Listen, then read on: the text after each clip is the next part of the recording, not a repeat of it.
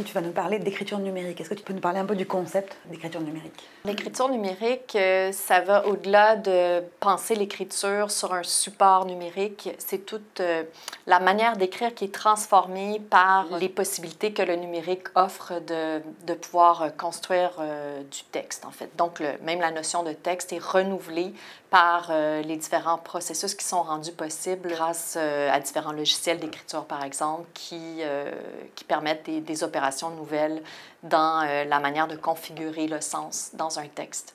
OK. Et comment est-ce que ça s'inscrit dans un concept plus large de littératie médiatique multimodale?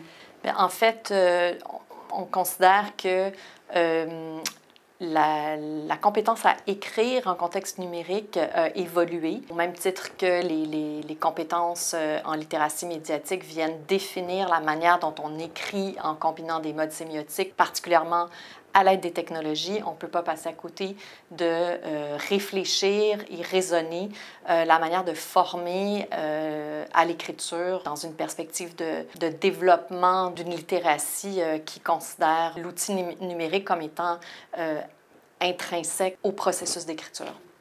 Puis selon toi, comment est-ce que les recherches aujourd'hui sur l'écriture numérique peuvent avoir des applications concrètes, par exemple pour les enseignants ou...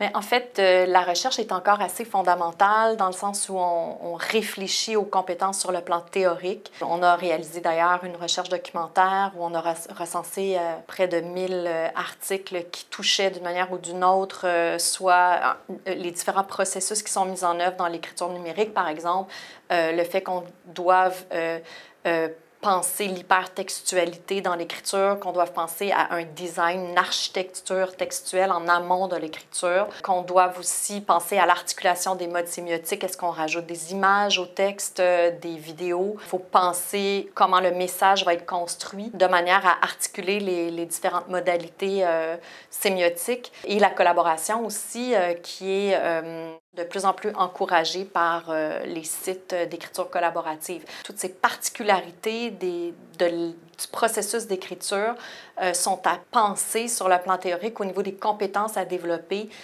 si on veut former des individus habiles à écrire dans un environnement numérique. Maintenant, bien, il reste toute la recherche sur comment développer des designs didactiques originaux hein, qui s'appuient sur ces conceptions théoriques de ce que peut être l'écriture en contexte numérique et évidemment toutes les recherches empiriques qui vont suivre. Donc, on en a pour de longues années de recherche. Est-ce qu'il y a autre chose à ajouter par rapport à ce concept-là, selon toi? Oui, je pense qu'il faut voir ça vraiment comme une révolution plus qu'une évolution. On a d'abord pensé que le numérique allait être une manière de faire évoluer l'écriture comme l'imprimerie a pu le faire au niveau de la diffusion. Hein? Donc, on diffuse autrement l'écriture. Maintenant, on se rend compte que c'est une transformation beaucoup plus importante que simplement l'évolution d'un support de diffusion.